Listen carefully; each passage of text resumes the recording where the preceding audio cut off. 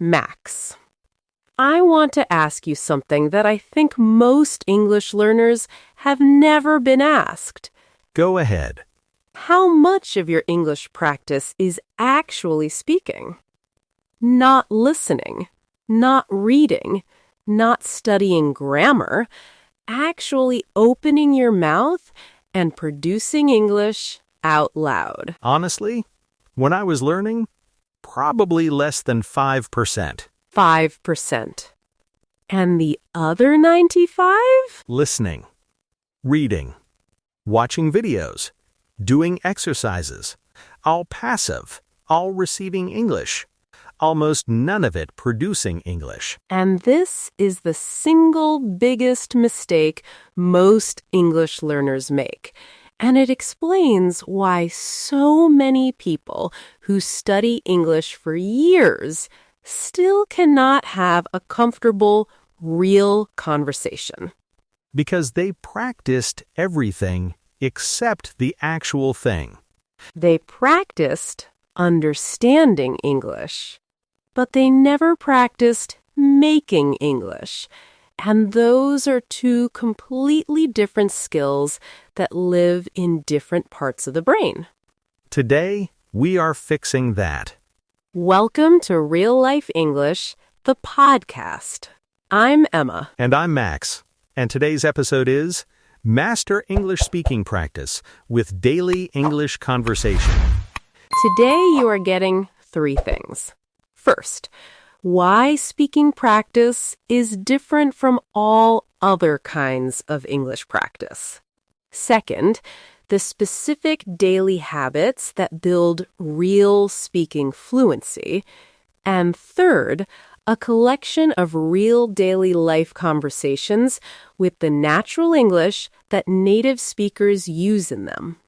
This is a B1 and B2 level episode. But honestly, if you want to speak better English and you are not currently speaking out loud every day, this episode is urgent for you. Subscribe if you are new. Every week, something real and useful. And your comment homework today. After this episode, say one sentence out loud in English about what you are going to practice this week. Then, write it in the comments. We read every single one. All right, let us get into this. Max, you said 5%. Why do you think speaking was so low? Because speaking is uncomfortable. Listening is comfortable. Reading is comfortable. You can do them alone, quietly, without anyone judging, without making mistakes that anyone can hear. Speaking is exposed. Exposed means open and visible, with nowhere to hide. Completely exposed. Every mistake is audible. You cannot go back and edit it. It is just there. And so, people avoid it. They tell themselves they are not ready yet, that they need more vocabulary first, more grammar, more confidence. And the confidence never comes. Because confidence in speaking only comes from speaking. Not from studying more, not from listening more, from actually speaking. It is the most circular problem in language learning. You need confidence to speak, and you only get confidence by speaking. And the only way through the circle is to start speaking badly, nervously, imperfectly, and keep going until badly and nervously become less badly and less nervously. Which takes longer to say than it takes to do. Much longer. Most people improve faster than they expect once they actually start. Okay, let us talk about what daily speaking practice actually looks like. Because I think most people imagine it requires a conversation partner. Someone to talk to. And it does not. At all? A conversation partner is helpful. Wonderful when you can find one. But waiting for one before you practice is like waiting for a swimming pool before you learn to swim. You can practice a lot of the essential skills on dry land. And the most important speaking practice is the practice you do alone. Why most important? Because alone, there is no pressure, no audience, no fear of judgment, just you and the language. And in that safe space, you can push further than you would in front of someone else. You can make more mistakes, try more things, fail more freely. And failing freely is how you learn. Uninhibited. Uninhibited means free from self-consciousness and restraint, not holding yourself back. Uninhibited practice is where the real growth happens. So what does effective solo speaking practice look like? The most powerful thing I have found is what some people call self-talk. Self-talk means talking to yourself out loud, describing what you are doing, what you are thinking, what you are seeing in English, continuously. So right now, someone listening to this could narrate their morning in English. I am making coffee. The kitchen is cold this morning. I need to clean the counter, but I am going to ignore that for now. Exactly like that. And it sounds simple, almost silly. But the brain does not care if it sounds silly. The brain just knows we are producing English right now. We are building the pathway. And the more you produce, the faster the pathway builds. Narrate, by the way. Narrate means to describe events as they happen, like telling a story. You become the narrator of your own life. In English. And this can happen anywhere. Walking to work, cooking dinner, doing laundry. Any ordinary moment becomes a speaking practice opportunity. I started doing this on my morning walk, just describing what I saw. There is a dog. The sky is gray today. That coffee shop always smells incredible. Simple observations. In English. And after a few weeks, the descriptions got richer, more detailed, more natural. I started adding opinions. That building is quite ugly, actually. I wonder why they painted it that color. The words came faster. Because you had been practicing using them. And here is something I noticed. When I was in a real English conversation, I was reaching for words that I had used in my solo practice. And they came faster because I had said them already. They were familiar to my mouth. Your mouth has a memory. Just like your hands have a memory for typing or playing an instrument.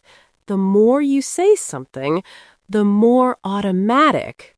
Automatic means happening without conscious effort, running on its own, the more automatic it becomes. So speaking practice is not just brain training.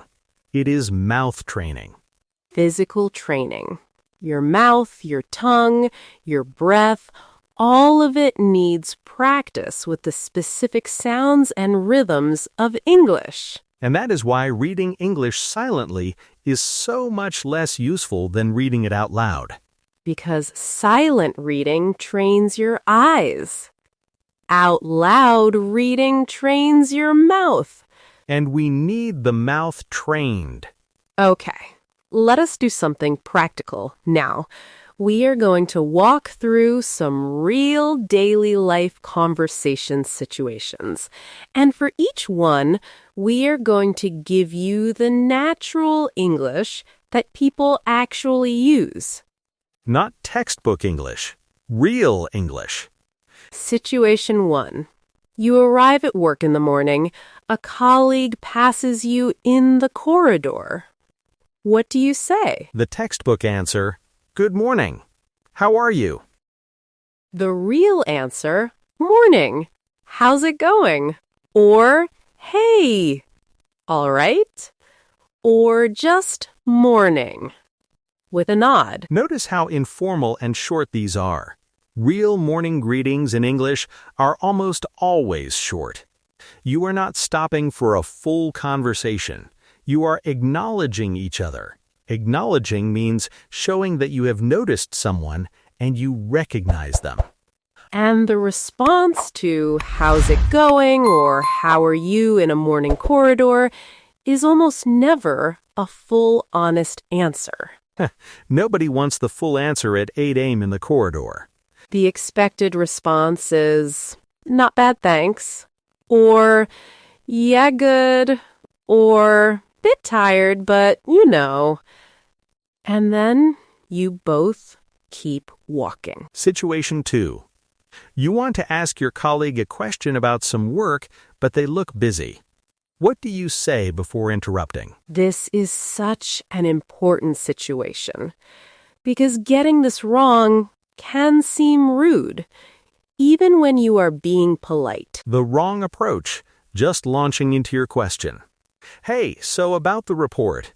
Even if you say it nicely, jumping straight in without acknowledging that they are busy feels abrupt. Abrupt means sudden and rude, without the social cushioning people expect. The right approach. Sorry to interrupt. Have you got a minute? Or, is now a bad time? Or, when you have a moment, I just had a quick question. These phrases do something important. They give the other person control. They say, "You decide if this is a good time, not me." And people respond very well to that. Even if they are busy, being given the choice makes them more willing to help. Situation 3. Someone says something that you did not quite catch. Maybe they spoke too fast. Maybe there was background noise. And most learners either pretend they understood, or they say sorry in a very small voice and hope the situation resolves itself. Neither of those is useful. The natural thing to say is, "Sorry, could you say that again? I didn't quite catch that." Or, "Could you repeat that? I missed the last part." Or even just "sorry" with a questioning tone. Just sorry with a question mark in your voice. Very common. Very natural. And people never mind repeating. It is a completely normal part of conversation, even between native speakers. Situation 4. You need to leave a conversation or end a phone call, and you are not sure how to do it naturally.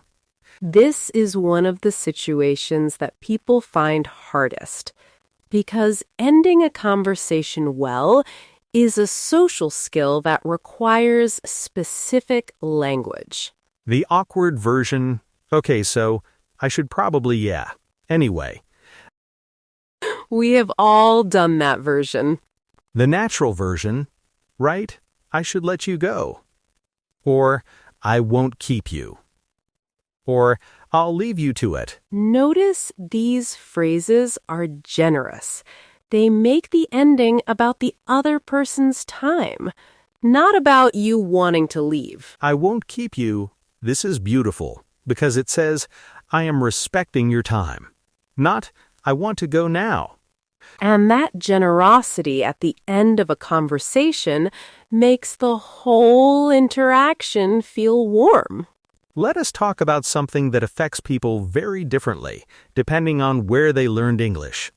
What is that? The speed of real English conversation. Because most people learn English from educational materials that are designed to be understood, which means they are slower, clearer, and more careful than real conversation. And then they have their first real English conversation with a native speaker, and it is like someone turned a dial from slow to fast and added noise and interruptions and half-finished sentences and slang and 100 other things that nobody taught them. And it is completely overwhelming. And they think, "My English is terrible. I cannot understand anything. But their English is not terrible. They have just never been exposed to real speech before. Real speech is different from educational speech in several important ways. The sounds blend. Blend means mix together smoothly, so they are hard to separate. Words that should sound separate start to blur into each other. Want to becomes wanna. Going to becomes gonna. Kind of becomes kinda. Did you becomes didja? And the rhythm is different.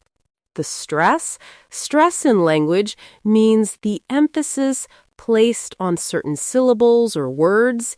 The stress patterns in real speech are not where the textbook says they are. And real conversations are full of fillers. Fillers are sounds and words used while thinking. You know. Like. Right. I mean. And none of these are mistakes. They are all natural features of fluent spoken English. If you are listening from any country where you learned English primarily from textbooks or formal teaching, the transition to real spoken English is genuinely hard. And the only way through it is massive amounts of listening to real, natural speech. Podcasts, films, real conversations. Anything where English is not being slowed down for you. And gradually, your ear adjusts. The fast blended speech becomes more and more intelligible. Intelligible means clear enough to be understood. And your own speech starts to pick up the rhythms, the natural stress, the way words flow together in real English. Because your mouth learns from what your ears hear. Always.alright. Here is your practical framework today. We're calling it the Daily Speaking Loop. 4 practices that together build real speaking fluency. 4 practices. They take about 15 to 20 minutes total. And you can spread them through your day. Practice 1. The morning narration. 5 minutes. While you are getting ready or having breakfast, narrate what you are doing. In English, out loud. I am making coffee. The water is boiling. I am too tired for this, but here we are. Just describe your reality. Simple sentences. Do not try to be impressive. Just be real. Practice 2. The repeat and shadow. Take any audio in English. This podcast works perfectly. Choose one sentence you heard. Repeat it out loud 3 times. Try to match the rhythm, the stress, the way the words flow together. This is called shadowing, and it trains your mouth to move in the patterns of natural English. 5 minutes of this every day is more valuable than hours of passive listening. Practice 3. The daily question. Ask yourself one question in English and answer it out loud, full sentences. What is one thing I am looking forward to today? What is one thing that has been on my mind lately? What is something I wish I had done differently this week? 5 minutes. Real answers. The practice of turning your actual thoughts into English sentences. This is one of the most powerful speaking exercises there is. Practice 4. The conversation replay. After any real English interaction, a call, a message, a meeting, spend 2 minutes replaying it in your head in English. What did they say? What did you say? What would you have said differently? This is not about self-criticism. It is about noticing and learning. Let us hear the whole loop in action. Imagine someone called Hannah. 7 a.m. She narrates her breakfast routine in English for 5 minutes. On her commute, she shadows 3 sentences from this podcast. At lunch, she asks herself what has been making me happy lately and answers out loud for 5 minutes. After an English meeting at work, she replays the conversation in her head. That is her loop. 20 minutes total, spread across the day. Or imagine someone called Carlos. He works from home and has more flexibility.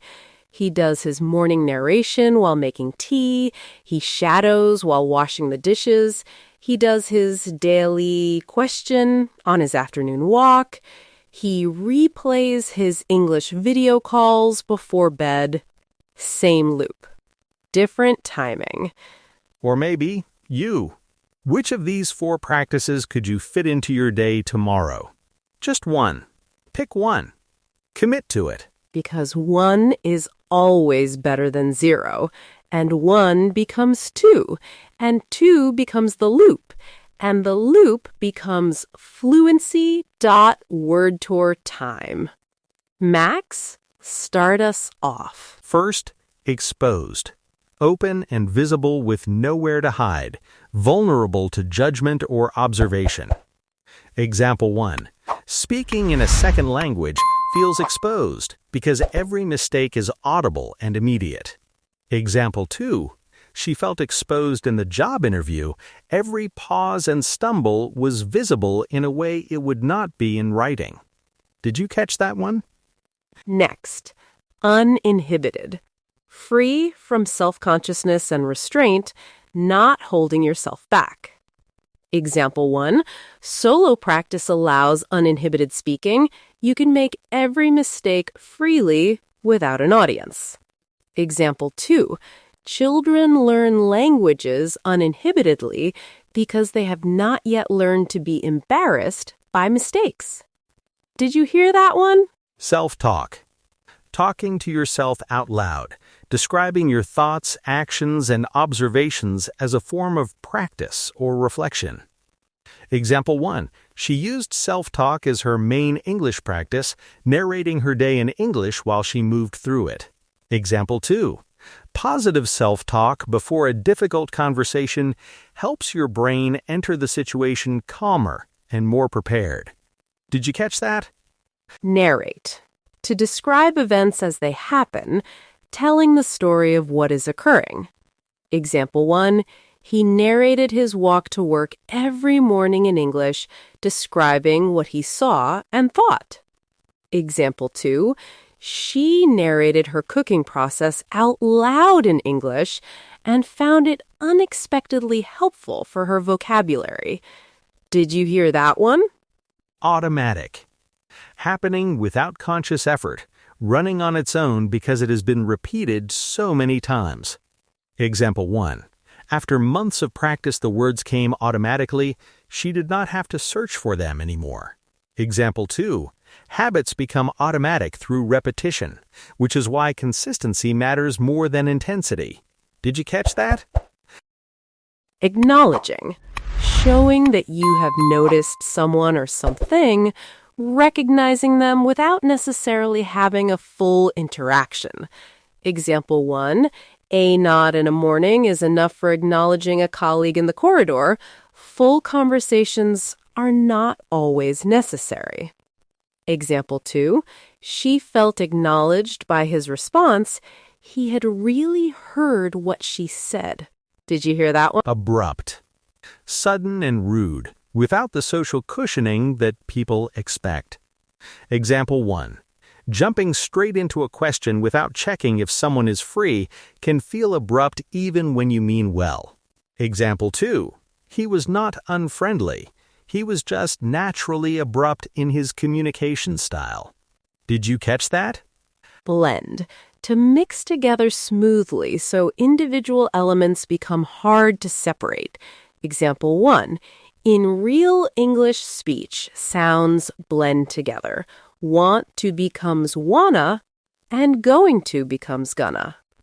Example 2. The colors in the painting blended beautifully. You could not see where one ended and the other began. Did you hear that one? Fillers.